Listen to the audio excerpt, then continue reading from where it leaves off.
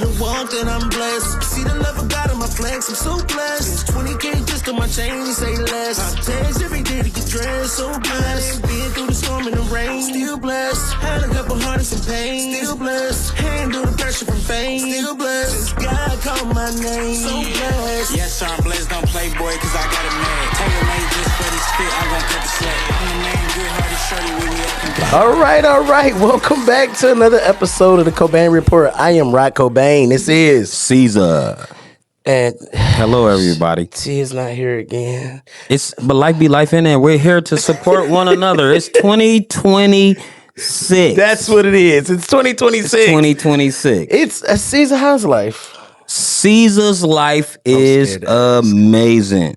Every day is amazing. I don't let anything deflect that. Okay. It's always amazing. Even the bad is amazing because the bad just pushed me to go to the good. So yeah. Don't forget, you got to preach at the end. And there we what I need you guys to do right now, put the camera back here. Give me. What I need you guys to do is like, subscribe, and comment. Like Cobain always do it. He's going to drop it in the lower third. Right. You got to hit that. Subscribe. Ding, ding. If you subscribe to us, we get to communicate with you and we get to love on you and you get to love on us. But you show us love in a different way when you subscribe to us, all right? That's right. You can like us and all that. That's cool. I like me when I look in the mirror. But if you subscribe, that means you're a partner of ours. You did? Facts. 100%. Like me when I look in the mirror, it's crazy. Yo, today we have a great episode lined up for you guys. Yes, a very good and interesting episode.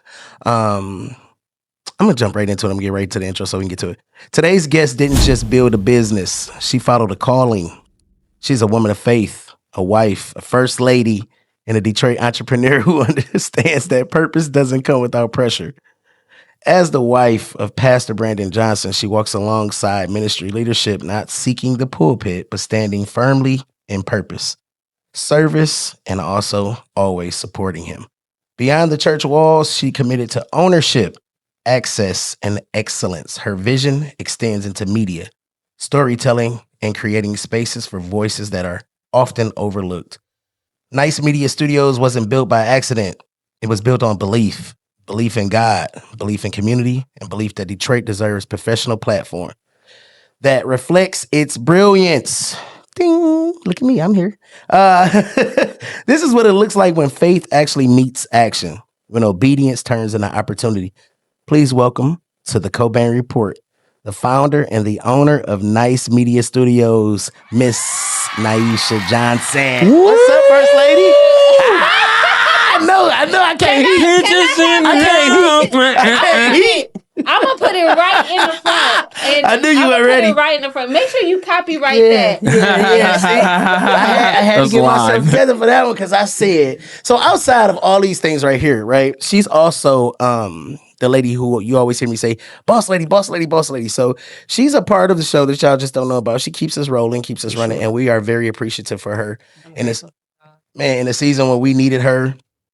She opened the doors for us. She let us come right in. All the shenanigans, all of the foolishness, everything that we bring here, she works with us. For sure. The business is flexible. Her husband is, right alongside her. I just found it as an interesting story that we had a sister right here from the neighborhood that actually opened up a podcast studio. That is a unique story. Mm-hmm. Outside of all of the other accolades that she has, they also run a shelter together and other things. So I just wanted to talk to her. I wanted to talk about where she's from, and all the things, and introduce her to I know y'all already know her though. She be in all y'all pictures. Jesus right. That's what I was saying. And then I want to say this: her mom and me share like a really, really intricate part of life. We both love Dobies. Yes, right? yes. And shout out to all the Doberman. Shout out to all the Dobie lovers and parents. All right, we the S. No, so now that the people have heard your intro, before NYSE Studios and before all the entrepreneurship, who were you? Before you was his wife, who were you? Oh, before I was his wife? Just in general, who were you? Ooh, who is Nyheshia? I am, that's a loaded question. It is. That's the Cobain Report way. That's a very loaded question because most people don't even know me by the name that you just said. I refuse to call you that. My mama be like, yeah, that's me. I be like, that is the boss lady. I have been, well, it's funny because I've been Peaches my whole life. Okay. My entire life. Since the day I was born, my mother's been calling me Peaches. And so becoming Nyheshia is what happened. Okay. That's wild. You know, Nah, that's crazy work. Yeah, so Peaches has kind of been my identity for a long time, but as I'm evolving and getting older, I think that's where I'm starting to be more comfortable with Nyheshia, because for a very long time I ran from that name. When I crossed the stage in high school, they did not call me Nyheshia. They called you Peaches? They called me Peaches. Wow. What? That's deep. Wait, That's what? fire though. That is. Yeah. That's heat. That's like them saying, Cobain, come get your. Yeah, come get your They most diploma. definitely did that. That is crazy. They did not call me Okay, Nyheshia. so do you want to talk about why? Why do you feel like you ran from that name so much? Nobody got it right, number one. Yeah, because I got it wrong a lot. And then Did your husband get it right? Can't remember. I can't remember. He always Yeah, yeah. he all right. He did get it right. I know, because you just said it weird, and I was like, "That's not how you say your name." Wow. You gonna tell? That's not how you say your name. How you say your That's name? lies. Like, what are you talking about? Yeah. Okay. So yeah. I think I hated Gregory. It felt like a grandpa name, and then you got Christopher. Damn. Okay. we all got grandpa names. We definitely got granddad. You give it to her, and she like, nah. I got grandkids Okay, already. so talk to me about your upbringing in Detroit. Talk to me what that was like. For you. I saw from the east side of Detroit. East side up. East 7 Mile in Okay. Conant area. Persian. Okay. She know what she talking Persian about. East side. Okay. I come from a very interesting family dynamic. Okay. And so always been a regular chick from the hood, to be honest with you. Just happened to have an encounter with Jesus, to be completely honest. So you didn't grow up traditionally in church? No. So my mom took me to church. Okay. My mom wasn't one of those people who served in church though. You see what I'm saying? So we went to church very regularly. But it wasn't one of them situations where I'm in the choir as a kid or I'm serving as a kid. I actually did not start serving in ministry until I turned 20 years old. And my first time serving in ministry, I came from just joining the choir to becoming the church administrator. How that happened. What? Wow. So you always had a business acumen or something about it like drew you to the business side of it? Well, I've been an entrepreneur since I was about 12 years old. I've been an entrepreneur since I was 12 years old. What was your first business? Always been a hustler. My very first business, I wouldn't even count the candy store situation. I'll say That's the real hustle though. yeah, but I was in middle school. My mom took me to Sam's Club, brought up a whole bunch of candy. Oh, this a real insider. I, Cause what? I had an elementary school down the street from my house. I would catch the elementary kids on the way home. And Y'all think about drugs? She was selling candy. The real candy. The candy lady. yeah. After that, I recognized I had a gift in drawing. I used to be, I haven't done it in years, but I used to be a really, really great artist. And one day I went into, do y'all know the Country Line Flea Market on 8 Mile? 8 Mile in Detroit, yeah. I went in there to get a shirt. That's where you get the Tommy Hilfiger from. Oh, okay. I went in there to get a airbrush t-shirt, and I ran into a woman named Jazz, and I think I was more concerned about like how much money she was getting ready to make. And so Off of you. correct. That's So I crazy. asked her, Okay. I With the straight face, I was in correct. the 8th grade, and I said, "Do you mind if I come up here and shadow you one weekend?" Went up Oh, there. because you had the gift to draw and Yeah. stuff anyway. So yeah. So I went up there and I shadowed her for the weekend. I ended up learning the business. She taught me everything she knew. She ended up going to the Army. I ended up taking over that business. What? And so that was 13 years old. That is And before you knew it, I crazy. was doing T-shirts for my entire school. Yeah. And they was popping back then. Yeah, I remember. airbrush For t-shirts. sure. And all of that. You better have your jam on there. Twin Life. Yes. It was on there. Shoot. Yes. Yes. You know what I'm saying? I lived that. I lived that era. So 100%. all of that. Yes, That was it. exactly. Bow Wow started that. He And did. so I started airbrushing t-shirts. I was making a lot of money. I mean, people thought, Ooh, y'all about to piss Soulja Boy off. Yeah. You just said Bow Wow started that. he did. Bow Wow was the first rapper. He did. So I started doing that. Once that kind of died down, I went to get my nails done. They always used to be, if y'all remember, y'all don't know, but like when you went to the nail salon, there was always a black chick doing the designs. 1,000%. because the Chinese people didn't do it. They didn't know how to do it I then. transitioned from airbrushing because at that point people started screen printing, so it wasn't a thing anymore. That's crazy. So I started being the black girl that did the nails. What? The That's airbrush on nails fire. too? Yes, and the That's and the crazy nail art. work. So I just always, like I said, I always kind of had a entrepreneurial spirit. I think I get my work ethic from my mother, but I'm definitely a hustler like my father. Talk about that a little bit more. Talk about those relationships and growing up.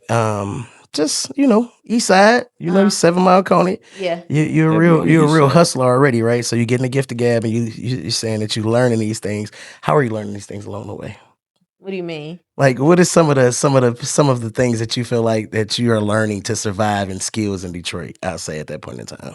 At that point in time, well, So my father died. So my father died when I was 5, right? Okay. But me and my husband have an inside joke that we're both PKs. Mm-hmm. My father was not a pastor or a preacher though. Okay. So you inherited some skills naturally. Yes, I think that she said my work ethic. Yeah, my work The hustle is crazy. It's definitely in my blood. Okay. Most of my siblings on my father's side, which I'm the youngest of 14 children. 14 children. I'm the youngest of 14 children. How old was your dad? My dad, when he passed? When he was an older guy? Like he was older than your mom? He was much older than my mom. Okay. Much older than they had an age gap? Yeah, almost 30 years of. 30 years is crazy. So it's safe to say Papa was a rolling stone. You know what's so funny? You the baby of 14? I'm the baby of 14, and I've been hearing that song since I was a kid because everyone associated my father with that song. I'm sure. I am 1,000% sure. They like, dang, that Talk boy. about your mama and how she, helped with the. Well, my mother is probably. I don't say this often about a lot of people. My mom is probably the only woman on this earth I think can still outwork me. My mom is the author of 3 books. She a grinder. My mother retired at 53 from the government. Oh, yeah, with 37 years. So the misconception is that because my father was a pimp, so to speak. Yeah, but you got hustle from my mom was actually the total opposite. Right. You see what I'm saying? Foundation. She worked in government. Very much business minded, very much independent. And so while he lived his life, she very much had her own thing going on. That's fair. Yeah. Kind of reminds me of like my parents. My dad has always been like a hustler. Always been, entrepreneur doing that thing. But my mama always kept a real job. Always. She was always a social worker. I swear, since I can remember. Yeah, so I learned that. And my mom is one of those people who, one thing I can say about my mom that I can appreciate is that nobody told me anything about my father that she didn't. Fire. Nobody had to come and tell me what type of lifestyle my father lived. That matters a lot. My mom was very, very transparent. Like, listen. This what's going on. Not even just what you're going to hear, but she talks about him still in a sense of just storytelling, which is just who she is. She's a storyteller. And so to this day, we still have long talks about what he was. And while many people looked at him as that one thing, it's more to him that I think that their relationship kind of curated that nobody else had an intricate look at that she was able to see outside of that. He let her in. Yeah. And it's hard sometimes for men, right? When you find somebody that you feel like you can actually let in and you let that down, it'd be crazy. That's different. And someone that can handle that lifestyle without trying to change it, but at the same time secure enough in themselves to have their own. Because I think a lot of people, if you are in the lifestyle. So he was actively in a lifestyle, like while he was with her? Maybe. So I'm thinking that, I'm thinking that. That's alive. Okay, yeah. So that's balanced, though. That's what I had to ask. That's super balanced, bro. I thought this was more like he was done by the time he got to her. And it was like his, retirement run. Bro, 14 kids, LeBron he wasn't done. 14, 5, you like shit, I need a break. 4, Right. 7, you like shit, I need a double break. 14, a double break. Nigga, 14. I have siblings older than my mother. I'm sure. Guess what? He can contest to this. I have a sibling that's 10 years younger than my mom. Yeah, I am the female DC Young Fly. That's crazy. I got a brother. I'd be like, damn. With the old, My dad was a freaky freak. Yeah. Talk to me about faith a little bit, okay? Talk to me about when this relationship with you and God became real. You said you were 20. You were in the church, right? Yeah. Talk to me about that experience. I got saved as a teenager. I think I didn't start serving in ministry really until I was a full on adult. My relationship with God is just very clear. Nobody had to tell me who he was. Me and him, I had an encounter. Personal encounter. Very personal encounter. Yeah. I was very sick as an adolescent. Very sick. A lot of in and out of the hospital. Which is where some of those gifts that I talked about earlier were kind of developed and discovered. But being in those situations, Crazy. The world that you, that's the only time I realized that I really did not have the world. You know what I'm saying? 12, 13 years old, you're going through things that most people, especially your age, can't even understand. Definitely you They don't can. understand. For sure. You know what I'm saying? You don't even understand. You had to grow up real And fast. you had to grow tough skin. Yeah. though. Yeah. You know what I'm saying? But coming up from where you were though, with your parents and the foundation you had, I can almost see it being kind of easier because with your parents being transparent to you. When your parent is transparent to you, it makes it so much easier to go outside in life. Yeah. You know? Yeah. So I really believe your parents really paved a great pavement for you. Yeah. You know, to the hustle that you become right now. Cause you a hustle. Yeah. You're not a hustler, you a hustle. You know what I'm saying? Yeah. And I wanted to ask before you went into the faith, like with all of the things that was going on, is that how you kind of got that grit for the hustle? Well, yeah, and too, I think I'm a very strong-minded person. I come from a family where I watched a lot of my very close family members struggle with addiction. Okay. And mental illness. Ooh. And Co-occurring. seeing cousins who I'm just a few years apart from struggle with those different things, I made up in my mind very early who I would not be. You know, and I'm the youngest in that family. I'm the youngest of the cousins as well. That is crazy. You the only child of your mom? I'm not the only child with my mom. Okay. I have a sister. Okay. We have same mother and father, but we're 8 years apart. Yeah. That's fire. We're 8 years apart. And me Are and you her, too close? We are super close. Yeah, that's We how are I go. Super, super This close. whole story has just got me. Yeah, it's chilling. I'm amazing. just over here like, you just keep going. Go ahead. Yeah. Okay. That's Let me fire, try to fire. guide And this so, back on. Go ahead. but to say where you said a grit, I don't think God made any mistake exposing me to those things, which is why I created a space like this where nothing comes by surprise and there's no judgment. Okay. You see what I'm saying? Yeah, definitely. I can't judge anybody from anything. Most of the things that people come in here and talk about on these microphones, I've seen firsthand with people in my bloodline. Right. And so it's no situation that I didn't have a preview to. You know what I'm saying? That's deep, man. That's crazy. That's deep to open up a business, Greg. Yeah. To open it up, right? Yeah. Just because you gotta see a vision before you open something up, right? And like she said, like before they even said, I seen it already. Like it all compile into the vision. That's crazy. God be knowing what he be doing when he be putting destiny together. Yeah. Bro, I be watching some of her reactions on some of the episodes we have, right? When people come in and they talk about SU, and they talk about things, she be like, yeah, because Yeah, for sure. right in because she got so, the first-hand knowledge of it or whatever. Talk to me about being in a low point, right? Because you were going through those moments being young, right? Talk to me about that low point and how the connection with God kind of got you through those moments. Ooh, so, when you go through any type of illness when you're young, there's so many different, first of all, in school, the rumors start. They don't really know what's going on. No, and they immature. You see what I'm saying? They don't know what's going on with you. And you can't really... You on the big camera? Why? They used to wear me out. I swear. Hey, so That was the main fight all the time. And so with my particular situation. He talks about his hand, which so mine was hair loss.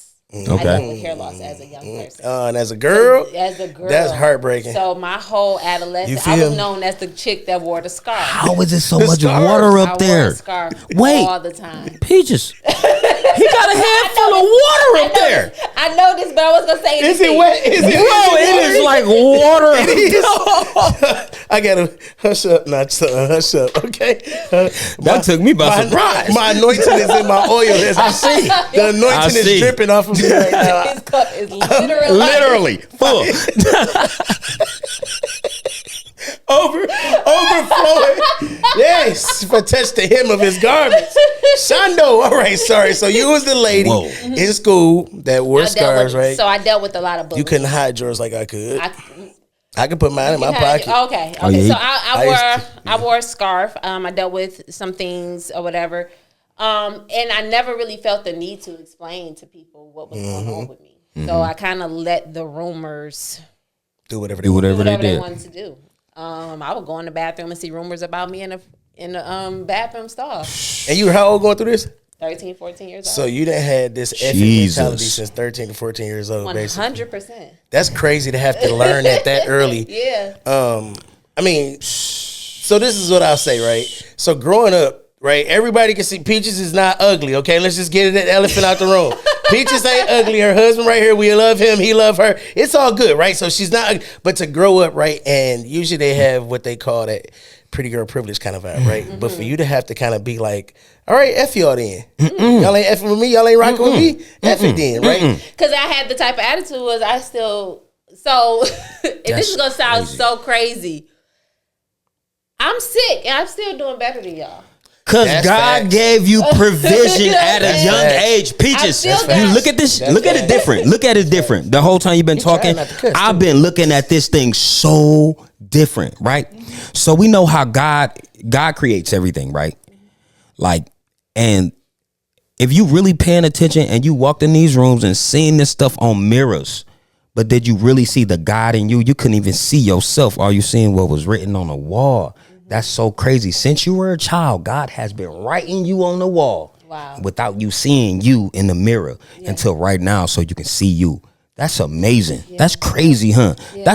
And Greg just been talking about this so much, Cobain. He's be like, man, we got to talk to Peaches. Peaches got a crazy story, bro. Got a crazy story. Yeah. And this is beyond me. I think sometimes I'm shocked.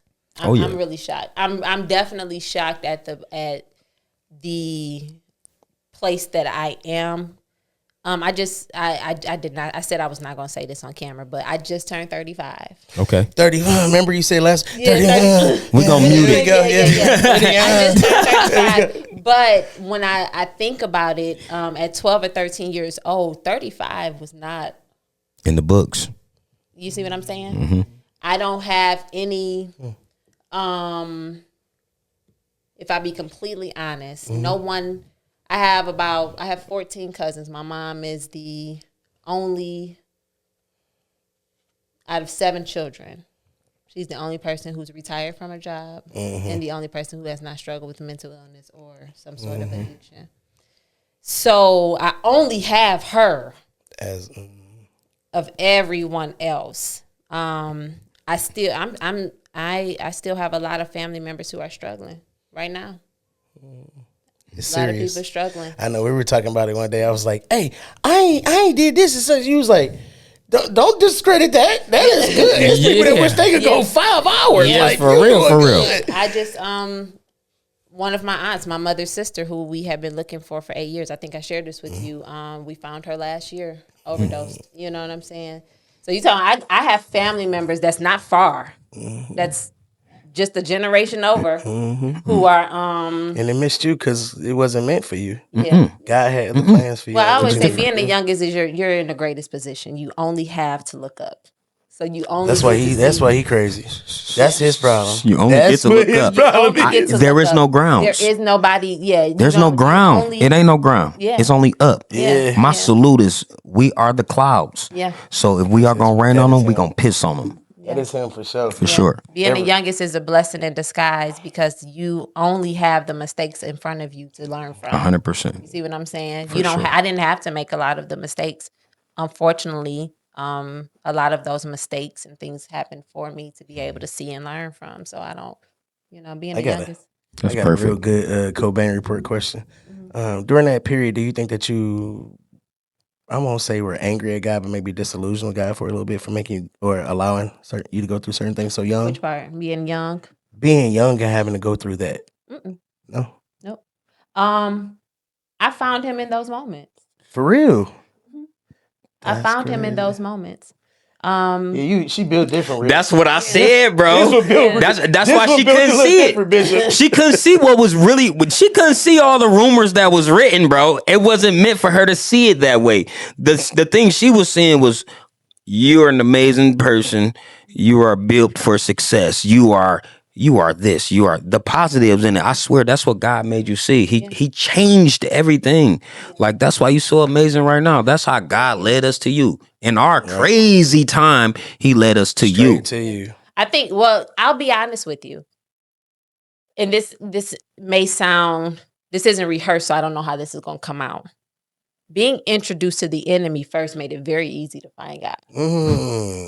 You see what I'm saying? Yeah, because when you're in the dark and somebody show you the light. You see what I'm saying? Understanding who message and being very message, nigga.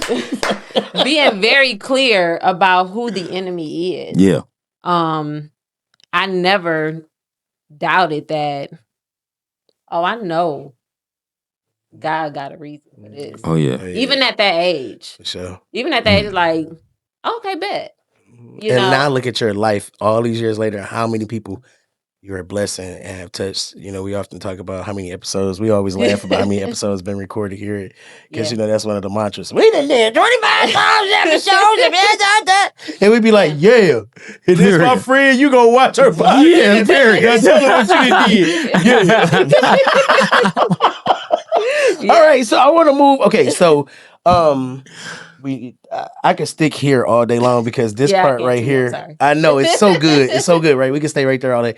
But I want to get into, because eventually, your hair grew back. You got older and you started finding certain people. You met an interesting gentleman in a church. And, I want to get into that a little bit, right? Okay. So talk to me about partnering with your now partner, right? But then he your wasn't life even your partner.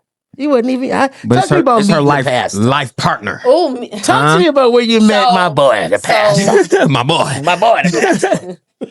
So, fast forward after being sick or whatever, I also became a teenage mom. Okay, we didn't hit that one at all. So yeah. I graduated high school pregnant. With a boyfriend. I didn't just get pregnant. I had a boyfriend at the time. Whatever. Well, normally that's how it happens. Yeah. Hey, man. Hopefully that's how. We ain't looking at little Mary. With a boyfriend. We just passed the Advent season. So after having, the reason that this story is important, otherwise I wouldn't tell it. The reason this story is important is because I really was done with church for a minute. Not God. I ain't never been done with God. Yeah. I ain't never been one of those people that was mad at God. Right. I didn't like His people for a while though. Because when you were going through pregnancy. So when I had my son, I wanted to get him christened. Okay. Oh, and they was on that. That's during back then too. Yeah. Oh, they was real tough. Yeah. They was real tough. Yeah. And so some preachers still won't. Uncle Clarence said, "Now you're gonna sit on the front row for 16 months, some preachers still won't do it. Like, dang, they still bro. won't christen. It's not a. Yeah, for sure. Was the dad trying to be a part of the thing though? No. Like the christening? No. Oh, they definitely was on. Oh yeah, that's more. No. Yeah. Because they want to be able to control and have power and say what they want to say. So they want to demean you, but they also want to demean him. So you're not even gonna let us get to him either. Yeah. That's how it used to go back in them days. That is bold. They wouldn't christen my baby, and so even still, I went back to that same ministry. You're better than me. I went back as an adult. My mother's not taking me. Nobody's taking me. It's just me and my son. And I go in and I rejoin the church as an adult. This is what got it. I went to the back. They taking my information. I don't have a ring on. And the lady looks at me. I say, well, I want to get me and my son into a church. She looked at me and she looked at my hand. She said, your son? Oh, you really fell from Christ, didn't you? She said this in front of everybody who joined that day. It's like 10 of us who've joined the church. Whoa. You really fell from Christ. That is crazy. She said, what's your name? I said, my name is Nyheshia. Everybody calls me Peaches. Her response was, ain't nobody calling you that mess around. Can we say who said this? I won't. Dang. I won't say the church either. No, but what's the lady name since we ain't gonna say the church? Please. Listen, anybody else that works, Please. you got to brushing up on your ways to be manipulative. I don't want to manipulate this. No, this is I'm not manipulating this. Don't say the church. I just want to know the person. This is why I want to. But this is why I want to know the person though. No. This is why I want to know the person because sometimes with those type of people. They never are held accountable. What they do. So they get to throw all those rocks and nobody never say nothing to them or about them. So my thing is, we ain't got to say the church, but we can say who that person is. But that person is everybody that's associated with that. You feel me? You hear me? But that's just real. I'll tell you how God fixed that issue. Why I won't say her name. Oh, y'all friends again? No, we're not friends. Okay, No, we're not friends. Because you know everybody. The way God fixed that was she told me nobody would call me that, whatever. I'm like, okay, well, none of y'all can say my name. You know what I'm saying? So whatever. I can't. There was something else happened. Regardless, it was very nasty. I left. I went home. I said, yeah, Mom, I'm straight. I don't think I'm gonna join the church. Fast forward, my mom invited me to a church that she had been invited to. Mm-hmm. And I'll say it because I'm not here without this church, and that's New Life with Pastor Wells. Okay, he cool. Whew. Yeah. All right, yeah, because they be saying some people and I be having the cringe in my stomach, but I rock with Pastor Welton. I grew up with him, the fourth. Shout out Will. He all right with me. Will cool. I'll be honest, there is no NYSE Media or the Peaches Prepared for Marriage, without my encounter at that ministry. So, I love that for you. I love him for that. Yeah, 100%. Because I love the person that you are right now and understanding that what we get was because of that, right? Mm-hmm. And his work is not in vain. Welton to me is a very smart and very wise young man. Mm-hmm. He's just an old man in a young body. And we had him on earlier. That's where you met the Reverend. Okay. So that's why I said, okay. So you left the mean church because they wouldn't christen the baby. Correct. What church was it? Baby, I won't say. What church was it? I will not. I'll tell you guys off camera. He is so bad. Well, next week you guys will find out what church it is. Next week. This like make people sign NDAs. He is so messy. It don't make no sense. Okay, so Mother in Zion, just know your name will be dropped in a few weeks. Amen. And the Lord thirds. Amen. Oh God, no, y'all will not. Okay. Let me get it back on track. Okay, so they were mean, or whatever happened, right? Whatever you felt like God pulled you away from there. Sent you to New Life. Years. I had waited years. It was a while. How long was the break? It was like 3 years before I went back into a church. Yep. Were you doing the online church stuff? No, I wasn't doing online. So you just wasn't rocking with church. I just wasn't rocking with church again. I was very much so good with God. Just hadn't found church, right? So your mom was going to Welton's and you was like, I'm going to go to church. My mom was invited to church one Sunday. I'll never forget it. It was September 19th, 2012. And dang, that's a long. He been passing. The reason I didn't go with her that day is because he and my son share the same birthday. So I was planning a birthday party while that was happening. Okay. I think it was his anniversary, something like that. And my mom was invited. She came back. She said, I found one, girl. Oh, hell no. And she said, this young man. Last time he got me in trouble. Pastor Welton. That would preach. And I said, okay, I'll go with you next week. Your dad was preaching the next week. That's crazy. They both was on the show together. That's check crazy. out that episode. They both were on the Davis. That's your crazy. Dad happened the week I ended up going for my first time. Your dad was preaching. Shout out No, to Bishop Gregory Davis. And Gregory I'll never Michael? forget it because he was walking across the pews. The Was- pews. yeah, Man, that was used the to good be his days. thing, That bro. was the Greg Davis. That was the Greg I Davis. Was didn't Greg know Davis. church at that capacity yet, so That was when Greg Davis was Greg Davis. Yes, bro. You got premium Yes. peak Greg I Davis. swear. Like, he wouldn't do that for nothing He in the be world now. swear like joke If boy. he walking around, no, them was good days. Them was Yeah. good days. So, okay. So now I you go join. You join. again. Mhm. No, I don't join. Okay. Okay. So this is me. I'll tell you this. Real good, right? I started going consistently. My Okay. mother joined. I Uh, never joined the church. I don't like walking down the aisle. I'll never have that experience again. So I'll never do that again. So my mother joined, but I never walked down. Okay.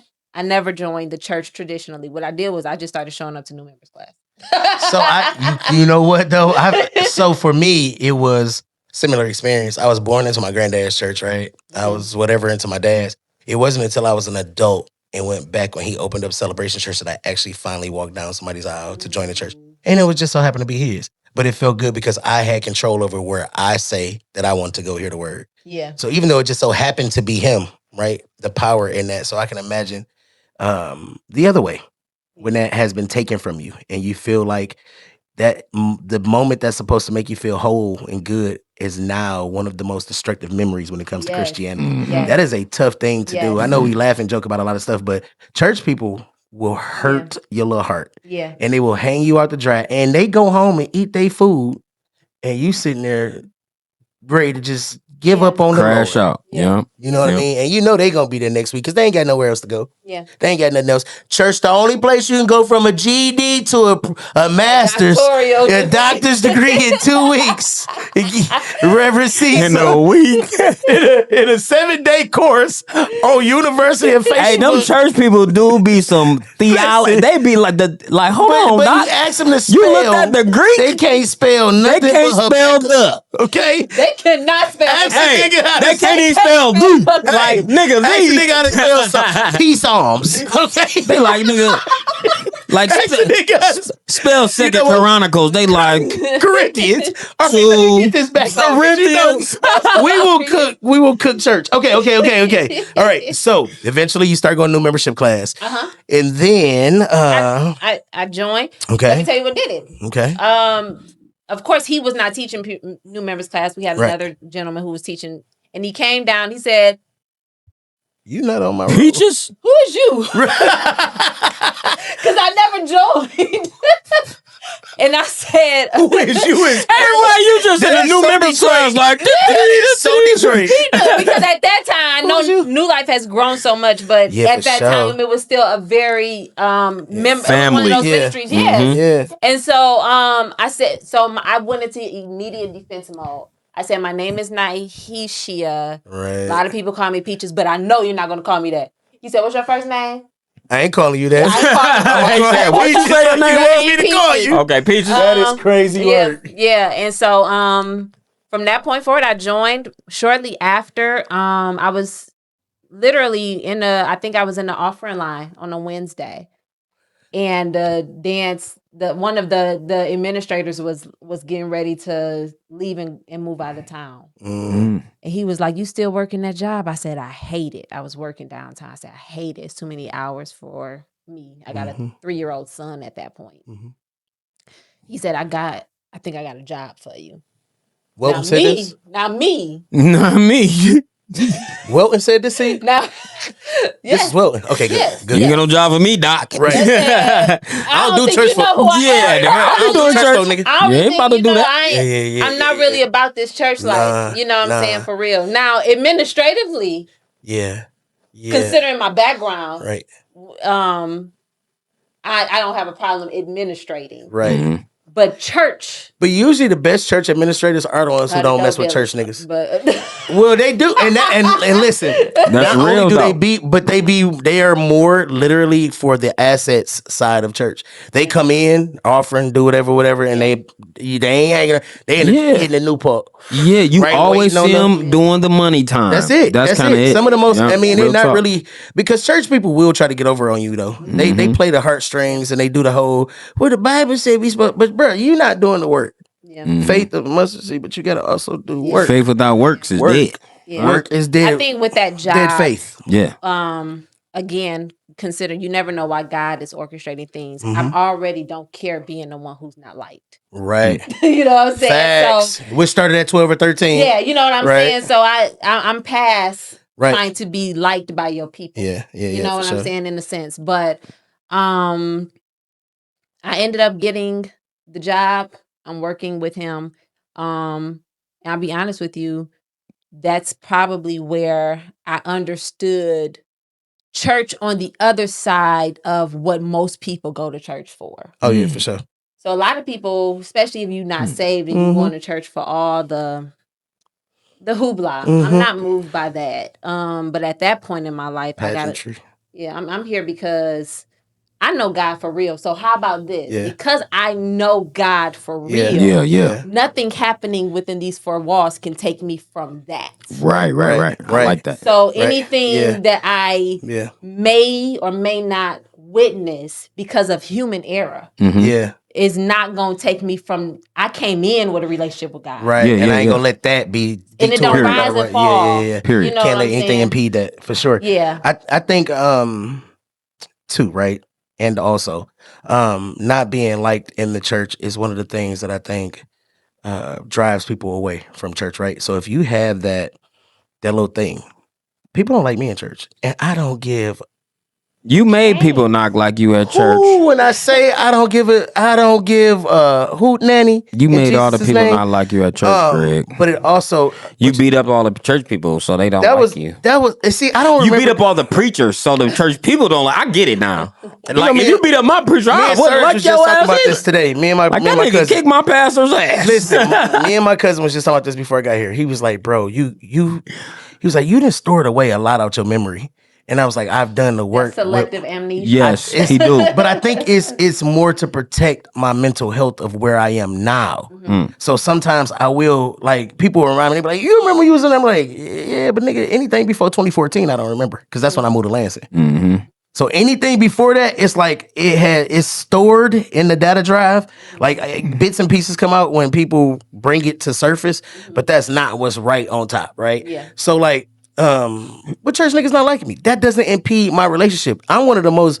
I talk about God so much on my page, but I'm still who I am because I just love God. My relationship with God is real, nigga. This is how I feel about the church thing, right? And I don't want to. I gotta watch what I say because bro. This nigga here. But listen, the witness. I never want to taint anybody else's witness by my own whatever, right? And I understand. I'm gonna be honest. I don't believe there's anybody. Well, I won't say that you can't taint witness, right? Right. I won't say that. However, I do believe in the fact of, even if you are looking at me as your example, Right. I still want you to understand I'm still as A filthy. follower of Christ. Yes. Right. You know what I'm Filthy saying? as As rags, dirty I'm a follower of rags. yeah. You know what I'm saying? So yeah. if you see me mess up, please understand I'm not. I think that the church thing is more of like, okay, so people who are not in church, right? They go find their entertainment, right? They go to concerts, they go see Trey Songz, they go do all that. They pay their money to watch the entertainment, and they go home. Speaking of what you were saying about the four walls and just a box, right? And the pageantry of church. Yeah. That is what Christians do. They go to church instead of going to a concert. They pay their money to be entertained, and they go back home. Because no when matter how good much of being an entertainers asshole there, they you are while come. you're there, or That's being crazy. mean to people while you're there, or all that kind of stuff while you're So there. is it Christianity or churchgoers? It's religion. It's religion. That's what I think it is. It's just a bunch of religious antics. Yeah, because it's That's not it. relationship. It's not at all. It's just Relationship religious versus religion is two different things, and that's what she's saying. Her relationship with Christ is solid. Yeah. It's the other stuff. Yeah. And I'm just very good at separating. But for us who didn't learn that, right? Yeah. But see, you came from a different background. I came in church on the pew, born, whatever. Yeah. I never had a clear separation of church and state until I formed it for myself and said, these are my boundaries. You cross them, I'm whooping your ass. Sorry. But until, right, Yeah. I gained emotional control and was like, they don't even matter because they leaving on a bus. You know what I'm saying? Because a lot of people in church, that is their thing, bro. They don't have anything outside of that. Like, Well, you know what I learned about church people?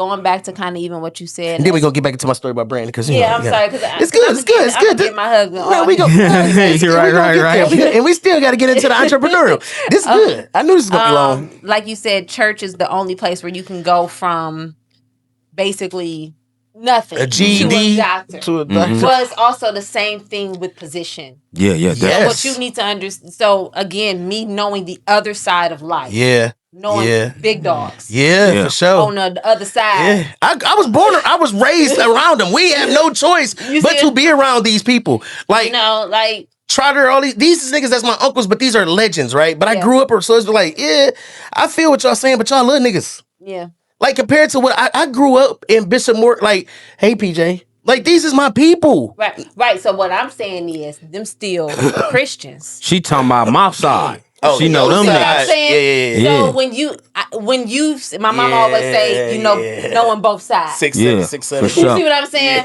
My mother has always been clear. It's always good to know both sides. 100%. Your position in this place don't mean nothing outside for of here. Sure, for sure. 100%. So, period. No, that's a different. World. So I know you. Everybody's everything when it comes to this world. Yeah. You know what I'm saying? Yeah. Definitely. Try me. But understand. Try me. No, try Jesus, not me, nigga. Yeah, I know you all that in the back. In here. Yeah. And that's good. And unfortunately, it's women and men who take it a little bit too far. Ooh, But you gotta go grocery shopping, sis. Whoa. You gotta put your stocking on one foot at a time. And if you drive, you gotta get gas. You know what I'm saying? You gotta relax. stop outside of these walls. So you gotta be very careful on how you treat people in church. That's because right. I'm a strong believer. You really don't know who I know. No, for sure. And you can listen. Oh my God, you don't know me. You know the God in me, huh? Bro, I done had don't so get many it homies twisted. pull up at church and they be like, "What the heck? Wait." Yeah. I know. I feel you. You thought, right? I know, but I've tried to tell you, Reverend. Let me get this back on for my Rev to get introduced to this story. Okay, so we're at Welton's church, right? Yeah. You're finding see me. You're finding your way in the church, find on your own way administratively. You got a 3-year-old son at this point in time. Yes. And you ain't thinking about a man. You working in the all, vineyard. especially after having a kind of a rough relationship with his father. Okay. And coming out of that and finding myself again. Right. I haven't had an opportunity to know Nyheshia or Peaches. Okay. Going through seasons where I'm sick and coming out of that, going directly into motherhood. Right. And then giving up all of the dreams that I had for my life. I had a scholarship to go to school for political science to be a lawyer. Damn. And I traded that scholarship for motherhood. And these kids don't understand that. Nah, then son. They get older and they want to cuss you out and stuff. Son, I know you heard that. Put the camera here, son. I know you heard that now. I hope you heard the sacrifice. Listen, that mom actually made for you. You heard her. Now don't take that for granted. Don't take it for granted because we did. She got a good son. We did. We didn't have these kind of conversations with our mom to know, but you finding out right now. Yeah. So what you need to do is make it happen. I want to see you. I need to see you. Yeah. A nice new car. We like your new car. Yeah, like for sure. Yeah, he's driving now. Yeah. That boy's 16. He's rolling. He's doing his thing. Yeah. Okay. So you doing this thing, right? You on your journey. You healing. You finding out who you are. Yeah. And then I'm on the dance ministry at the church now. Huh? Look at, did you have the flags? That is the worst ministry in church. Did you have the flags? I hate the damn dance ministry in church. I swear. When they come out, I be like, why I gotta stop playing drums? I danced for 20 years, so I didn't come in as a praise dancer. I danced my whole life. Right. And so my husband lived in Florida. Well, Brandon lived in Florida at the time. He's not my husband yet. And he happened to be visiting my church, meeting up with my pastor at the time. Wait. So hold on. Slow this down. Yeah. Sorry. Because I be multitasking. So you had said earlier, okay, so you said Brandon wasn't even from here. No, he's from here, but he was living in Florida. He was living in Florida.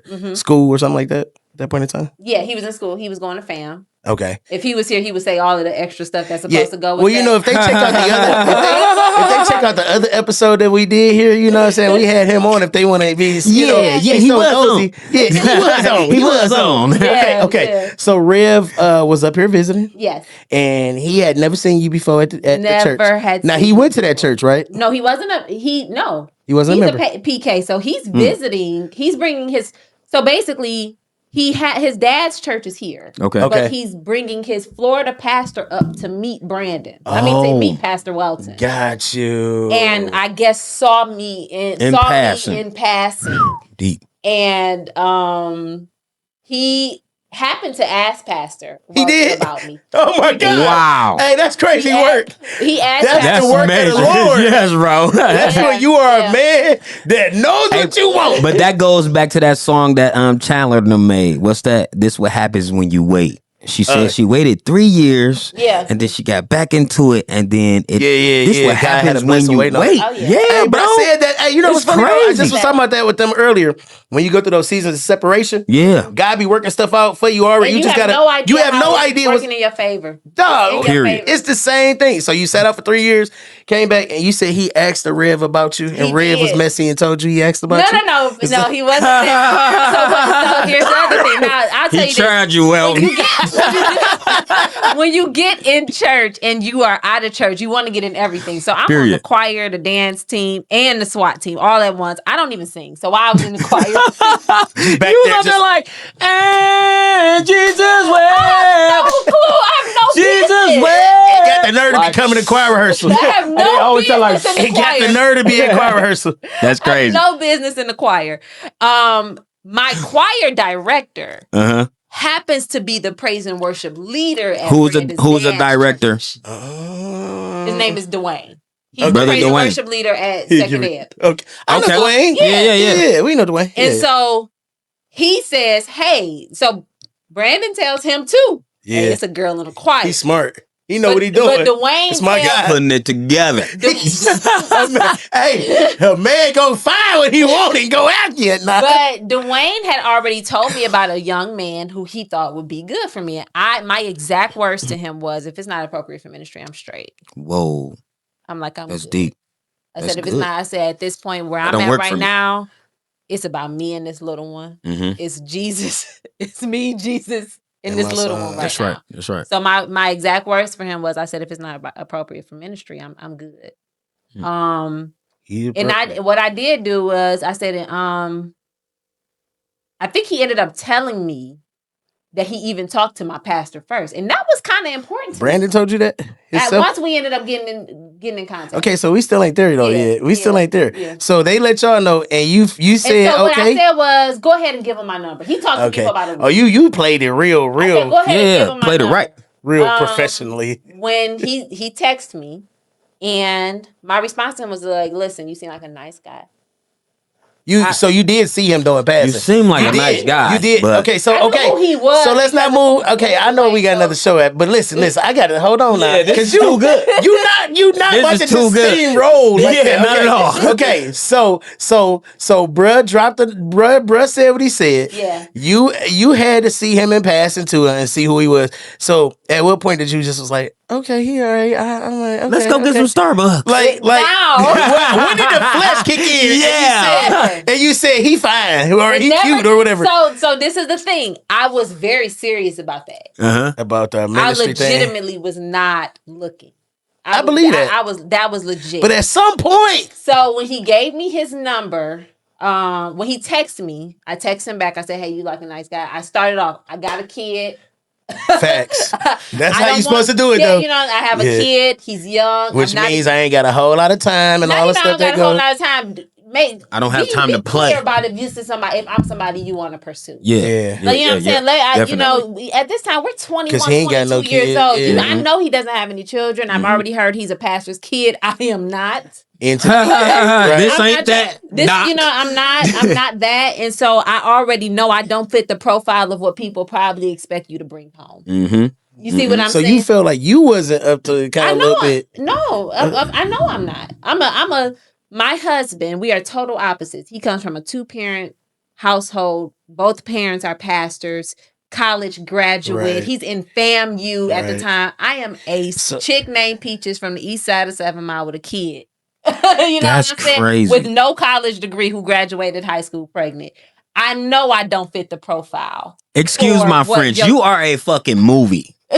No. That's a real movie, my nigga. Hey, listen. The reason why this is good, real good, is because most women be like, you know, I'm the catch. I'm this, that, and the other. For you to even go into it and be like, Oh no. let me let you know exactly what you this may be is. pursuing, right? Yeah. That to me shows a difference in a type of woman, right? To be able to even put that on the floor, because most women, they just want to hide, you know, they want, you know, they hide little stuff, but to come out with it just up front, like I like the way you played it. I like the way y'all both played it. I probably wouldn't have played it through the reverend, but I think spiritually, right, that's a good way. That was the right way to do it. That was the right way to do it. He's visiting his church. Yeah, Yeah, he's from out of town. He's from out of town. So he played that somebody right. I in get your it. Church. I'd have played that I'm shit not right. about to go pursuing. No, people because it in looked your messy. church. Yeah, You know what I'm and it saying? looked Because now You know my what I'm homie like, bro, you coming out here to mess with get on my members? girls. nigga? You Yeah, tripping. You know what because I'm you know saying? these reverends feel like they own all the girls in them their his church, girlfriends. especially on the The I can't do that on her pastors. episode. I'm not gonna make her episode go viral because it was on the tip of my lips. Sunday about he kind of the best. I almost let him have it over there. What do I be calling it? House paint cathedral. Yeah. I'm gonna be nice when they use house paint for churches. He was. I think he went about it for somebody who was coming in the way he did. To me, I think that was appropriate. It was. You know, it was That was appropriate. humility. And yeah, it was for sure humility. No, it was dope. You know what I'm saying? For sure. And then he's also a pastor's pastor's kid. He kid. kind of know protocol in a sense. Yeah. That's you know what I'm why. saying? That's the grace that I'm giving to my brain, because I always put myself on the same parallel with him because we grew up very close and similar. My dad has nothing but respect for his father. You know what I'm saying? So it's just certain stuff where I be like, no, I rock with Red. We got a lot more in common. So the mind space of where you are or where he was at that point in time, I get it. Yeah. I get it 100%. Just being a musician, right? Sometimes the pastor sit you down and be like, don't come in here fucking my members. Don't even try it. Like, they will sit you down and have that conversation with you for sure. Because mind your eyes. Stop looking at me. Mind your eyes. 'Cause you over there, you so messy. All right, so let's scoot a little bit forward. So we meet. Go ahead. The same day we text. I want to say it was the same day we text. I said, now I'm not a fancy person. Right. You ain't got to do nothing extra with me. I've been in fancy restaurants my whole life. Right? Let's meet at Starbucks. That's my And spot. you still addicted to The score. Starbucks now. She been addicted to Starbucks. Meet me at Starbucks. That's my spot. If you can get this coffee order right, we might be all right. we might be able to. Wow, start something. that's Now y'all still getting coffee. No, he's still bringing He'll that order coffee. my coffee, and he makes my coffee every morning. Stop playing with my boy. Shout out to PB. Hey man, we got PB and J. Hey man, Peaches, Brandon, and John. That's right. Yeah. Oh my We got God. PB and J out here. Hey man, not the sandwich. So we get to, y'all dating, y'all go through the process. Talk to me about marriage. Is he a pastor at this point in time? No, he's still living in Florida, so we date long distance for a year. Okay. We date Control. we date long distance for a year, and I can't. I know, I'm terrible. Oh my God. Come on, bro. We gotta get through this one. Go Oh ahead. my God. Go ahead, Peaches. We date long distance. At that point, we had, especially before he started coming back. Now I did go on. We actually even had like a little hiatus. We talk about we tease about all the time. Where I had just kind of went ghost on him. You ghosted You the Reverend? Like ghosted I PB. don't remember how long it was. It was a minute though. I kind of ghosted him while he was out of town. And he talks about me because what I did was to get back with him. I Three kinda- of them? I said, Oh. I don't know if it was 3 for sure, but it was a little minute. It was close enough. Go ahead. And so I'm sure. How'd you get back into the pastor's Can good I graces? ask? Can I ask PB? How long was it, PB? 3 months? Hey, listen. You know we don't lie. Because we Listen, be in there like, man, shoot. Listen, go ahead. And so I sent him a picture of myself. Like You like my hair? did you forget? Oh, no, that's You forget how I look? You know what I'm saying? I'd have been like, I yes. said, don't forget about me or something like that. Send And- 6 and- more if you like And me what's then. crazy was because he was very clear about how that was unacceptable. Okay. Hey, You know Yeah. what I'm saying? And I'm gonna be honest, you know what I'm saying? Like, you know, they be fine, but you gotta put your Hell boundaries yeah. down. Gotta You gotta put it put your down. boundaries down. but then we started to kind of get more serious. When I Is knew that the point when you started taking him seriously? Was when after you took that 3-month hiatus and you're like, I kind of do like him. Did it start to kick in during that time? So Or- we're dating seriously, but I'm not serious until my child is brought into it. Okay. So we went That makes 11 sense. months. I actually did not introduce him to my son until 30 days before he moved back to Detroit, because I knew at that point my son was about to start seeing him. Okay. Because now we about to start dating in person. Mm-hmm. And so what happened was we ended up Dating in person is funnier. It's real. Like now, because now it's like The digital date is over, man. It's over, you know. And so now it's like now I have to kind of see how this dynamic works. Right. So which matters though. We dated matters a lot. So much. Without him meeting my kid. Yeah. And then when I did it in a public place. I made sure I didn't go to his home, and he did not come to mine. Yeah. We went to a church service where my pastor was Most preaching. church kids, you did it. You did it. Boy, I swear he did it the way. Yeah. I was like, my pastor's preaching, at Pastor Morgan's church, Tola Morgan. Mm-hmm. At the time, this before he moved, and I said, "Why don't you meet us there? And I'll introduce you and RJ so that RJ knows who you are." At least in bed, right? Month later, he moved back. Then that's when we got serious. How long did it take him to propose? Yeah. We started dating 2012. The end of 2012, he proposed February 2016. So 4 years. 4 years. Fire. That's not bad. Not at all. I like. I'm a person. People look at me crazy, but I will date a girl for a long time before I pop that question, because I need to know this is for real forever. I got married fast and young. I swear you did, it's bro. easy to get into that joint and hard to get out of. Hell yeah. So I'm a person who I need to make sure, even when I'm having these mental issues and I'm going through moments of feeling like I'm not good enough, right? I need to make sure you really can deal with what I bring. Yeah. Like for real, what I real, bring. dog. Not just like the facade of what I put out here for the world to see, but like me for real, behind closed doors. All the emotional baggage, all of the stuff. Like, can you really deal? Sometimes it take a while for all that craziness to creep out. Yeah, you may not give it to him in the first year or two. And you be like, hey, don't be scared, because I'm scared too. Right. Now, once you get a little cuss out, let's see how long. See how long you stick around. That's my daddy. You feel this bullshit coming out. Stick around now. Yeah. All right. Okay. So now you're moving into a world where you're now married, right? Mm-hmm. When did the pastoring kick in? So right before we got engaged, he got installed as associate pastor. Okay. He got installed right before we got engaged. Okay. And that was kind of You had to clean up. Investor. What else? Starting his life over again. Yeah. Yep, right before. I'm gonna be pastor. Let me go and get this shit.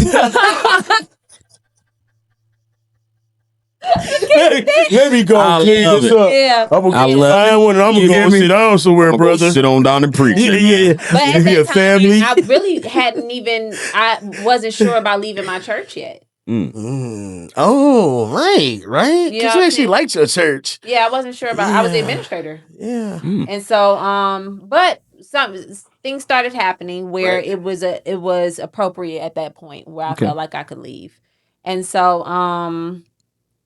when he proposed, we stayed engaged over a year. He's pastoring as we're engaged, so I'm going to the church as we're engaged. And yeah. At any point in that time, did you feel like, because you went so fast, well, not really fast, but it's a nice time, you feel like you started losing your identity somewhere in there? Nope. You made it a point. Did you feel like you was finding your identity? No. So this is my words. I didn't know where I fit there. Okay. I could never conform to anybody else's life. I can't conform. At that time, my mother-in-law and my father-in-law are still there as well. So my question was, where do I fit in this space? Because I know I fit with you. Yeah. Where do I fit in your? Yeah. That's tight. I'm not really trying to prove to people I'm worth being accepted. Right. You over there at that point. You see what I'm saying? Yeah. Not even just that I'm over it, been there, done that. You know what I'm saying? And just to the fact of I'm marrying you for you. Yeah, period. You ain't got a pastor. And I'm not marrying you because you're a pastor. So the moment that becomes the identity, how I live because you're that. Yeah. This ain't gonna work out. Yeah. We are getting married because I genuinely and authentically like you and love you. If you go sell cars, yeah. I'm we rock good. with you. Yeah, Right. Because I like you, bro. You know what I'm saying? Right. So I don't want to have to change who I am. That's amazing. I swear, bro. That's real jackpot. I don't want to change who I am to fit your profession. Yeah, period. You see what I'm saying? Because most women only like men in positions of power because of that quote unquote thing right there. They have position of power when they go into it because of that, right? Yeah. So because I think yours was a little bit more natural, you really did find the love in him as who he was, just as a human. Oh yeah, I fell in love with him. I love that. I love the fact that he loves God, but I was never attracted to that. Dang, Christmas passed. Christmas. I told Gina she was on some bullshit. I was almost there though. I had a little greet. I had a little meet and greet. Had a little meet and greet, but it only lasted meet and greet. But meet and greet only lasted for meet and greet. Oh man. Dang. It's okay, bro. It's all right. You know? Okay. We're gonna get through it. Okay. So, you're finding your way in the church at this point in time, right? You're a natural entrepreneur, right? Yeah. You guys are doing at that point in time, had you opened up or were you working in tangent for the shelter and stuff together yet? No. I had an event business at the time. Okay. Had an event business at the time. So while I was working, while he was still in school, I was in school at Specs the first time. Okay. Well, while I was there. I know. But you here. So Specs means nothing. Like Specs means nothing. You're here. But at the time, because at the time I did still take church administration seriously. Okay. And I was in school. Right. So at that point, my church was growing at a place I couldn't keep up with church and school simultaneously. Okay. New life. Right. Yeah, they went through It went through like it did. It went from like three services. No, yeah, it went. It went crazy. Quick. So They I peaked dropped really, out of really school. quick, bro. He even had people trying to be like him and start churches. But anyway, go ahead. Messy. I witnessed, but and two of them messier than I. Once gas was I off dropped at one out of them. church. Stop. It was though. The gas was off when we went over there for that special service. Go ahead. Come back. I'm sorry. This been my friend too long because we got so much messy memories. All right, go ahead. But ooh, that was good. I dropped out of Specs the first time. Okay. All while I was in that I'm running an event business and it's successful. I mean, I'm doing great stuff for great people. You seem like a person whatever you put your hands to is gonna be. Yeah, I was doing well. Yeah.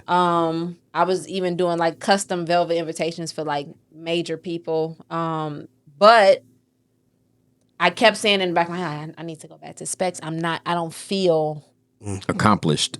I don't feel, you know what I'm saying? And I'll tell you what made me go to Specs in the first place, which is why I say that NYSE Media doesn't exist without Pastor Welton or without New Life.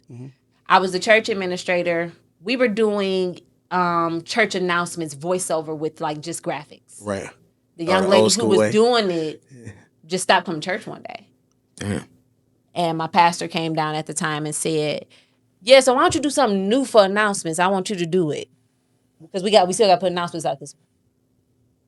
Like a video announcement? She still got to go. I'm like, what are you talking about? Because I'm church administrator. Right. You know what I'm saying? Like you saying we need to find somebody, nigga? These are the temptation. Right. You know what I'm saying? You want me to, like, what? Right. What? Like, that is too much, Doc. literally not my Hey, ministry. Blue, you a DJ. All you do is spin records. That's all you do. And so, I talked to him about it, and I'm like, okay, why don't we do something like a news announcements type thing, where almost like it come on like the news before church. Yeah, before that's fire. service. Yeah, you do it. Yeah, that's well. That sounded like him. Yeah, you do it. Let me see it. Well, for sure. And I did it, and I was like, oh, that felt too good. I was like, it felt too good. You got the bug.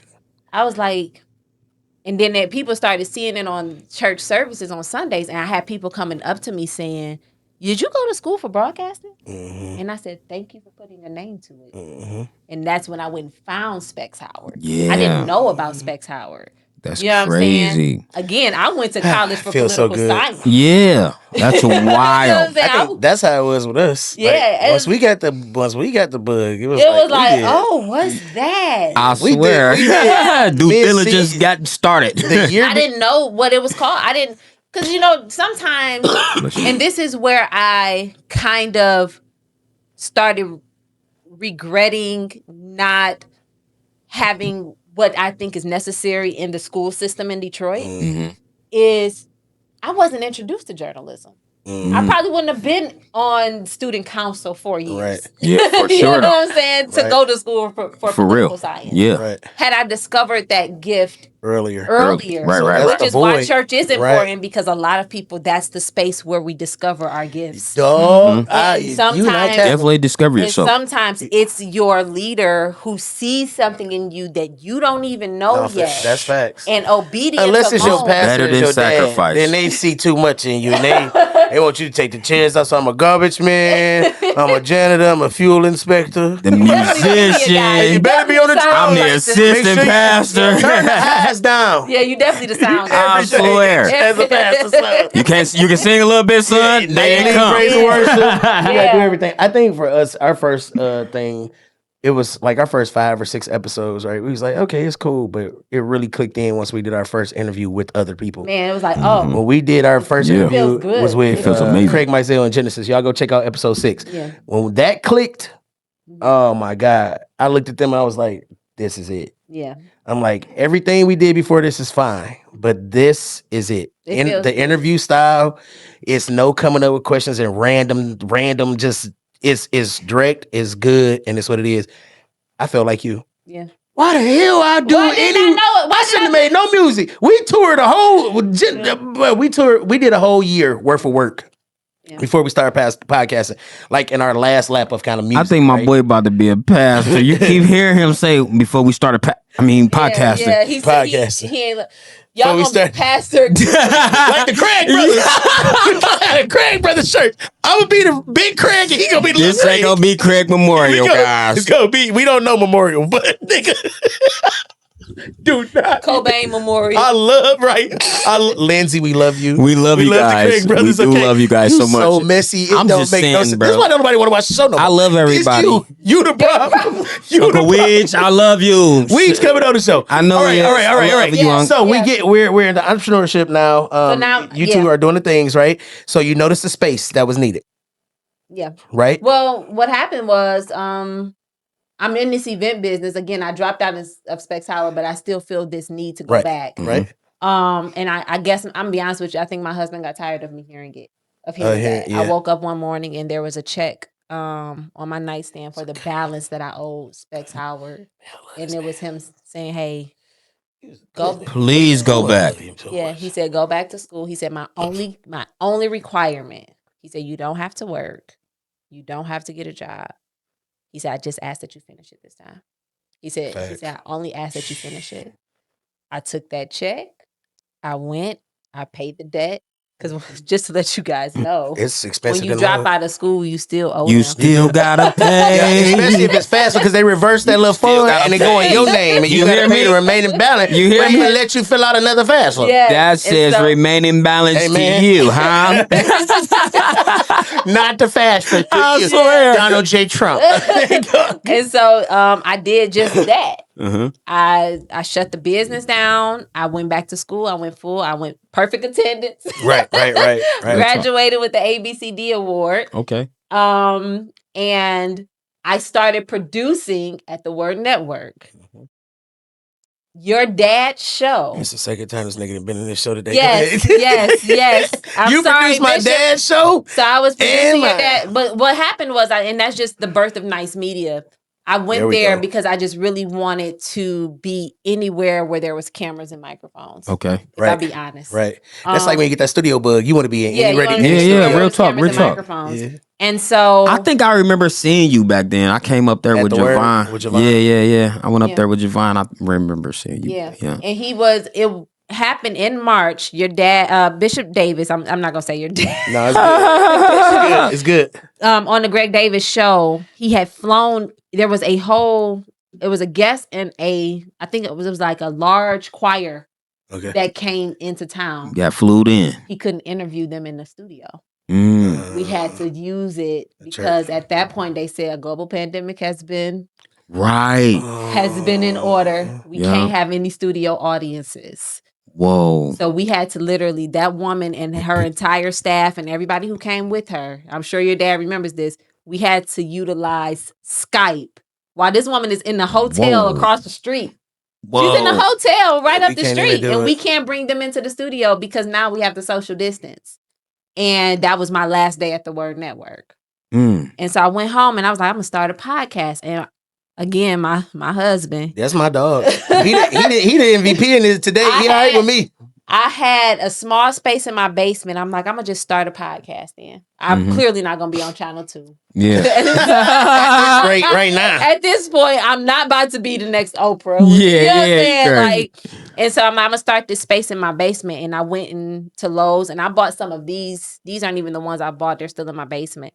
And flooring and everything. And as I was getting ready to start building, I said, wait a minute. If I need this, and everybody else who can't be on TV right now need the same thing. Ching. I literally never put the flooring is still in my basement in boxes. You gotta stop in mid process. After purchasing this stuff, I said, nah, podcasting gotta blow up now. Podcasting he was already on it. Podcast about to skyrocket. This was 2020. And at that time, everybody was still doing audio podcasts. Nobody had even put the cameras to it yet. And so that's what was. I remember when that shit started popping, bro. Yeah, I remember that started popping. Everybody was like, but everybody, it ain't got nothing to do but talk. Everybody in the crib. I said, so I started riding around looking at empty buildings and empty spaces. Believing. And I'm like, my husband at that point, I don't even know if he knew what a podcast was. He just believed in his woman. Yeah. He's like, do whatever's necessary, baby. Go ahead. My mama is like, a what? I'm like, mama, trust me, people about to start podcasting. And so this is how I really knew if it was going to be a business. I said, I'm going to think of 3 of the most random things in the world and see if there's a podcast on it. I'm going to tell you the 3 things I'll never forget them. It was number 1, anemia, because that's something that I struggle with. It was like 13 podcasts on anemia. Socks. Oh yeah. 163. Podcasts. 100%. Socks. Trust me. I love pickles. Pickles. There's a podcast. A pickle podcast. It's a space. I said, there's literally nothing nobody can't talk about. There's no space.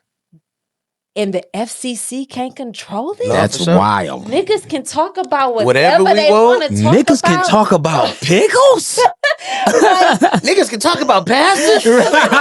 And there's nothing that can stop them. It's the most free thing in the world. Yeah. Like, I love this. I like this more than I like making music. And I used to do that for a minute. I love this, though. I love the space.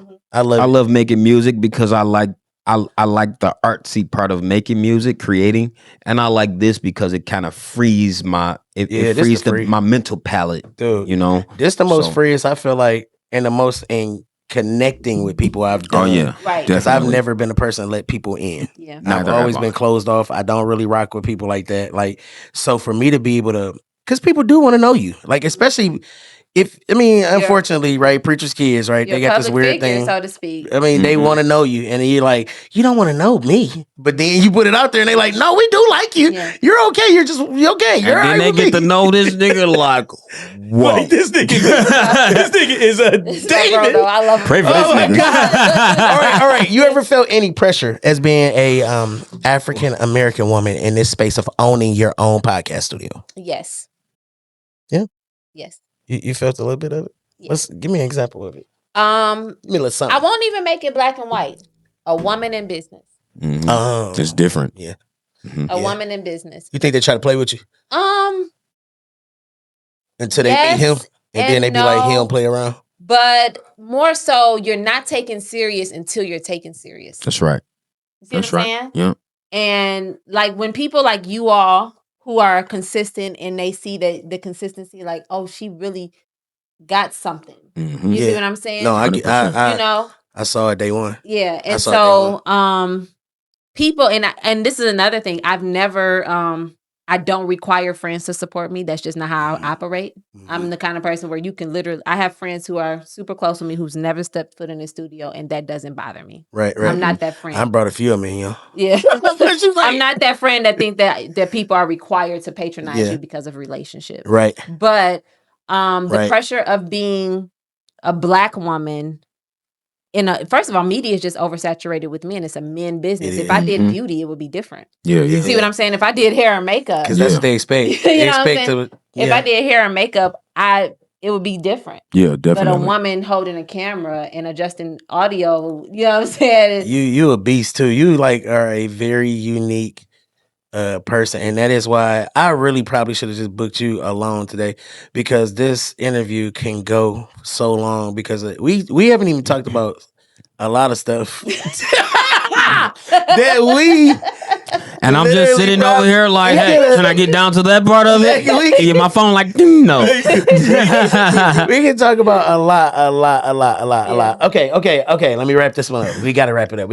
But we're definitely going to have a back-to-back on this one, all right? All right. For sure. You definitely got to come back. Faith, right? Mm-hmm. Talk about faith in owning this establishment and just keeping it moving, right? Because I've been a business owner a couple times, doors closed on my store in Lansing during COVID. And then, we had a podcast studio and, things happened. Look at the growth. Life be happening. Look at the healing. You see the growth? I love it. I ain't even roasting. So coming here when we were looking for somewhere, and Uncle Ray referred me to you. You guys worked at the Word Network together. And he was like, I know somewhere you should go. When I first walked in, I was just like, this is it. Mm-hmm. I felt it in my spirit. I felt like I was connected with like-minded and like-hearted people, right? Mm-hmm. Somebody who's not trying to just get over on you. Somebody who really works with you. Somebody who understands. Like I always put, y'all didn't even ask me to do it, but I threw y'all graphic all in my lower thirds because I'm like, I believe in branding and supporting people. And the more people see your brand and your logo and your this and that, they start to ask questions. Like, who is that? Well, who let you in there? Who let you start a podcast? Yeah. Who let your ass in? So a lot of times I refer them over because it's clean. It's wonderful. I love the way you guys do business together. I love the fact that you are African American. I always tell you, I got a special heart. I got a special place in my heart for women in business anyway, right? Just women in general in leadership, right? Because I often feel like because of how we grew up in church, they thumb them. They put them, it's a glass ceiling for real, still, even in church. Mm-hmm. So when I see a woman that's different and moving and shaking, I'm like, oh no, she, because in the other world, they call them other stuff, right? Because they are just dominant and just beast. Like it's like power forward in the paint. You just figure it out. I watched you two come up with so much together and figure it out that I was like, I gotta have her on to explain the story. And we haven't even made the whole way through, but I definitely understand the power y'all dynamic. turn into her podcast. Yeah, that's what y'all do. But listen, you know what I did understand in this whole story? The dynamic of being equally yoked. How different it was, but if you look at an egg, it's like the yolk and then the runny stuff. But for real, bro. But when you fry it, it's an amazing fucking egg. This nigga, they equally yoked, bro. I get it. Oh my god, I understand. 100%. Okay. Well, no, I'm with you. Okay, so last question. Because y'all are so together, right? 100%. And y'all both are preachers. She not no preacher. She hated so bad when I hit her with that. This gonna feed right into my one question. Okay, she the assistant. And you have a very protective man who don't play, right? Mm-hmm. He provides, he preaches, he shepherds, he does all the things, right? We watched this week where a lot of stuff came out about a beautiful wife and her husband. Yes. What do you think about the dress heard around the world? So for y'all who don't know, Pastor Jamal Bryant and his wife stepped out for a date, not a church event for a date, and she had on a dress that went viral, and the church world has been talking about it. But as a first lady, and as somebody who is, you're fashionable and all that good stuff. How you feel about it? What you think about it? I'm be honest, I didn't feel anything about it. I swear. I didn't feel anything about it. There's twofold to this situation, right? Mm-hmm. You have the part where people are looking for a level of modesty from women in leadership in ministry. What about a date with your husband though? So I put it this way. Cause she was just on a date. That's what I'm saying. So that's what I'm saying. Do I have any feelings about who I love, by the way? Dr. Carey, I think that she has one of those looks, even without the dress. She's a bad woman. It don't matter what she put on. No she gonna matter be cold. what she put on. Can I pull her out? No, you bet not. I'm just saying. No. Hey, Pastor Jamal, this is no disrespect. If she had shout out to you, like Doc. a nun, they.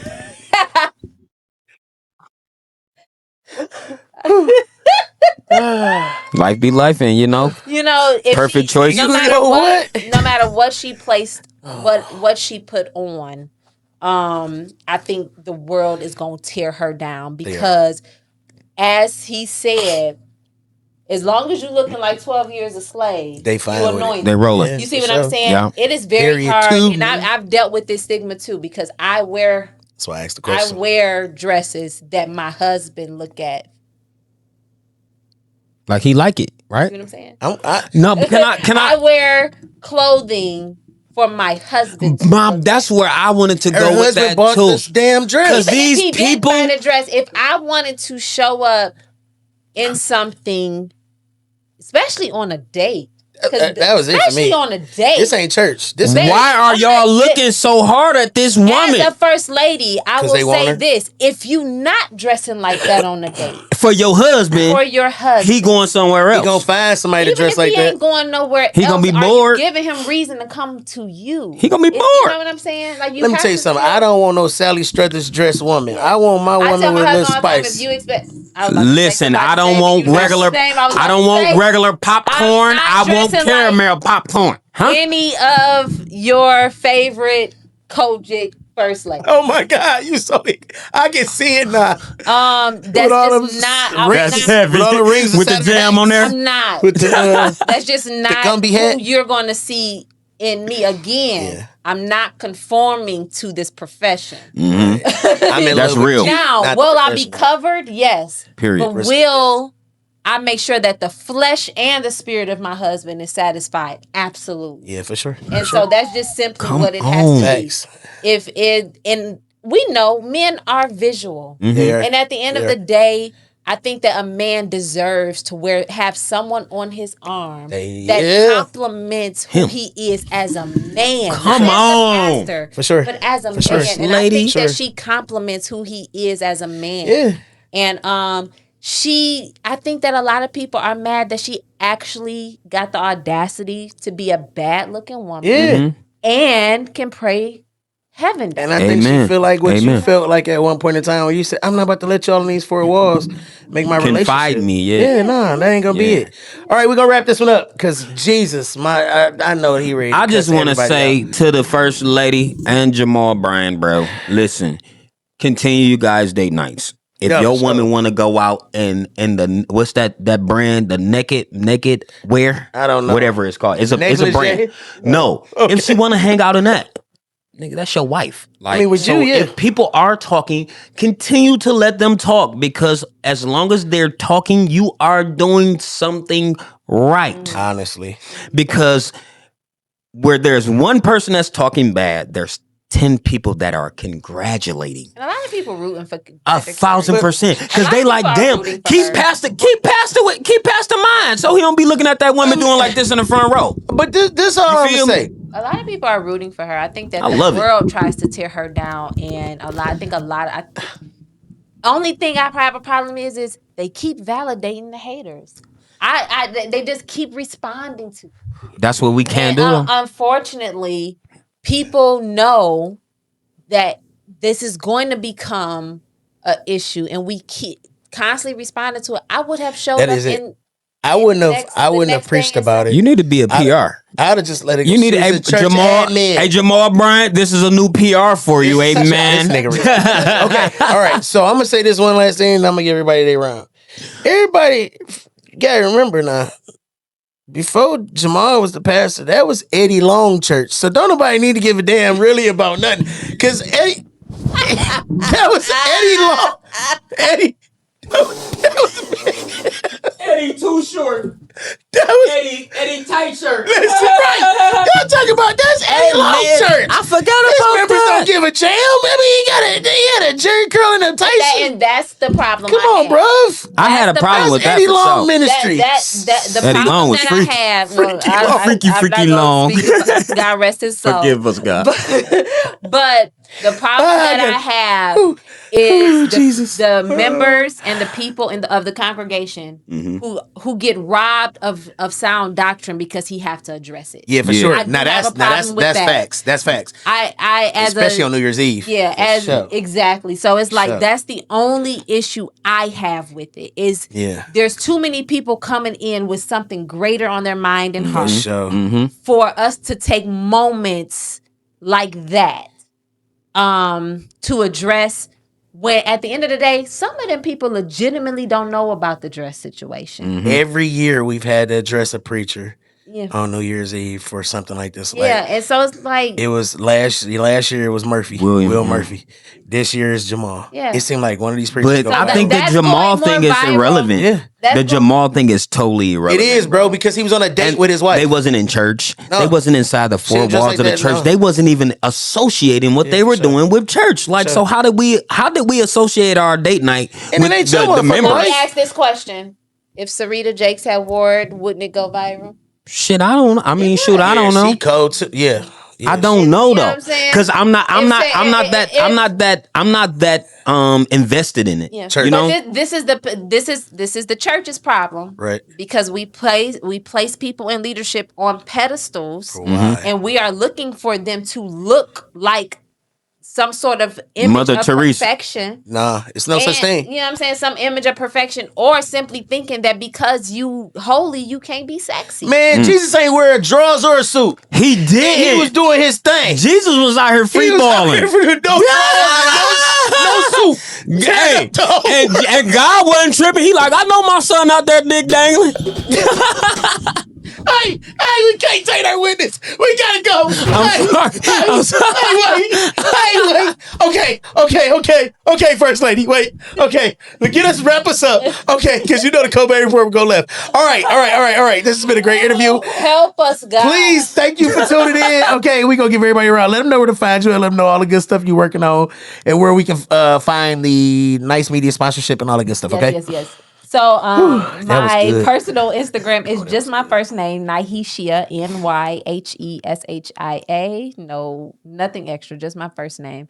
My business is NYSE Media. What I have coming up is NYSE Media is moving into films, Yes. and documentaries, and NYSE Media TV, Yeah. things of that nature. Yeah. And so podcasting has always and will always be the foundation of what NYSE Media is and what we started. But there's so much other things that Detroiters have to offer. Yeah, for sure. That creatives have to offer. this is that all the the world. community has to offer. Definitely. And I want to shine light on stories and things that need to be shined light on. You know what I'm saying? Yeah.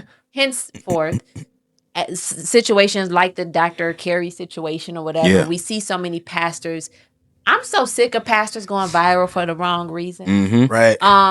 I really would love to shed more light on the behind the scenes of what pastors do day to day. Oh yeah. You know what Kind of I'm like what saying? they used to do with the Preachers of Detroit kind of energy. No, Not as messy though. not Yeah, that. they- I, But for real, No. for real, me No. too. No, not a preacher's. You think it did more damage than it did? Most definitely. because sometimes you don't need gotta spinoffs, wrap bro. this one up. Some things sorry, aren't I'm made sorry. for I'm so sorry. spinoffs. I gotta It's not go. Some things don't need spinoffs. We'll just leave Yeah. it there. You know? Yeah. Preachers of any of those reality shows, no, but I am thinking of documentaries. For instance, my husband is a pastor, but he also runs a homeless shelter, and people And don't very see that. integral. Can we say that first and foremost? Oh yeah. I meet a lot of jokers and they be claiming the cloth. This man really lives, and I love to hear the ones that don't have scandal or blemish. Cause I be having my ear to the screeps. He claiming and people be inboxing me. Yeah, stuff. he handled the cloth. Some of these men are dishandling the cloth. No, bro. for sure. And he is integral. So I love him for you and for this. Right? 100%. Like with everything that you went through early on in life. Yeah. At some point, you deserve a little piece of. He covers me. Yeah, for sure. He covers. That's fire. And I say this. Someone asked me, "What's the greatest thing about? What was one of the greatest attributes I was having about him is he has kept secrets for me that I forgot. Even I for told them, him. even for people that he don't deserve to keep secrets, because like, it's my dog. Though he is one of the. He covers me. That's good. That's and fire. I'm not talking about no churchy stuff. He legitimately covers me. He knows. There's nothing he doesn't know about me. For sure. And I'm not one I'm not a squeaky clean person, or anything like that. But he has covered me in areas that I just know that nobody else could have even handled, let alone, Yeah. That's amazing. Damn, that's amazing. Man, that's fire. I'm a Scorpio, so I get it. Yeah, y'all are loyal to the bone. One in together, and I love that. I always say that about y'all. That's one thing I love is that y'all do this together as African Americans, and that's the main thing to me that stick out. I know how hard it is for us to be anything outside of what they expect for our community. So if y'all to be dominating like y'all doing together, just stick together, y'all. That's all I can say. Stuck like glue. I promise. Things you do. Just stick together. And y'all will go for it. It works. Brother Caesar, are you ready for whatever would you like your organist this week or I'm no? so glad to be on this side today. Yeah, it's fun on this side. Okay. So I just want to say, man, okay, since we do got the first lady on today, and we do have Pastor B of PB&J Ministries, amen. They're all here tonight, amen, and we're all on one accord. But listen, I am so grateful that you came from the other side of the production table, right? And really, and gave us a story that might can help a lot of people, because there's a lot of people out here in the world that's trying to transition from this side to the I'll say the spiritual side, because we're not really looking for religion, guys. That's not what we're looking for, because the religious antics run us away from the church. It ran her away for 3 years, but in the midst of waiting, God made it happen. And that's what I do love. That's what I appreciate about everything. And that's why we the bridge, because we can take the ones that haven't, that's buried in the dirt, and we can show them being the diamond that they really are. Yeah, for sure. So y'all keep tuning in, keep subscribing, keep commenting, keep talking about Greg's stash. The stash is getting bigger, even though he has a beard. But we're going to keep living, and it's 2026. You live too. Don't let nothing get you down. There's no grounds. That's right. Hoop triggers. Amen. So, Reverend Caesar, it is freezing outside. Amen. You're a little bit on my. I see you got that wolf pussy on your face. So the stash has to grow outwards for it to roll around with a roundabout. All right, so I'm trying to get myself together for the winter time. Stash will be back in action during April when it's time to bring it on the out. spring. For the spring, when bloom. all things are new, the new year. Amen. All right, y'all. Thank you for tuning in to another episode of the Cobain Report. We want to thank, I never call her Peaches for a reason. She knows that, right? And it's not the church reason. It's just, she's the boss. And my parents always taught me to put a handle on people's names, and you Mr. and yes and all that kind of stuff. So for me just to call another grown lady Peaches, like I can't do that. So call Sister Peaches, Evangelist. Well, first, okay, there we go, boss lady. That's gonna be it. So I appreciate her for stopping by and coming out the other side of the desk and talking to us. Right. But I knew the story was gonna be good, and it's not even all. We're not done. We really have to get it to be continued. Listen, we got like 3 we have people to, we bro. need to do part 2 on. Okay. So y'all follow us at @the_Cobain_report. Follow me at Rocc_Cobain. And as we always say, it's a rap church. On the bottom of my flex, I'm so blessed. My chain say less. So blessed.